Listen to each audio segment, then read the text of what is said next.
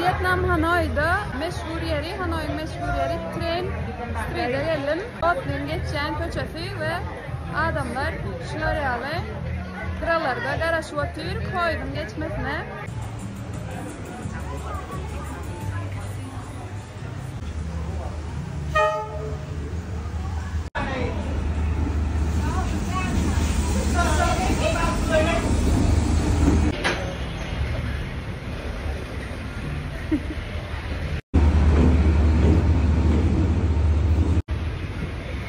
Yakınca şöyle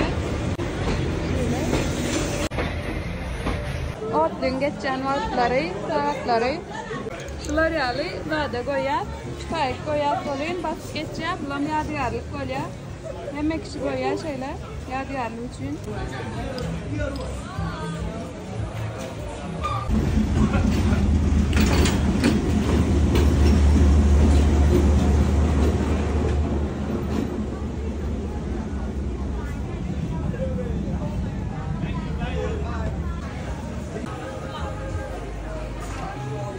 Naharın bakalaram $2.30 yalı. Soğuklu noodle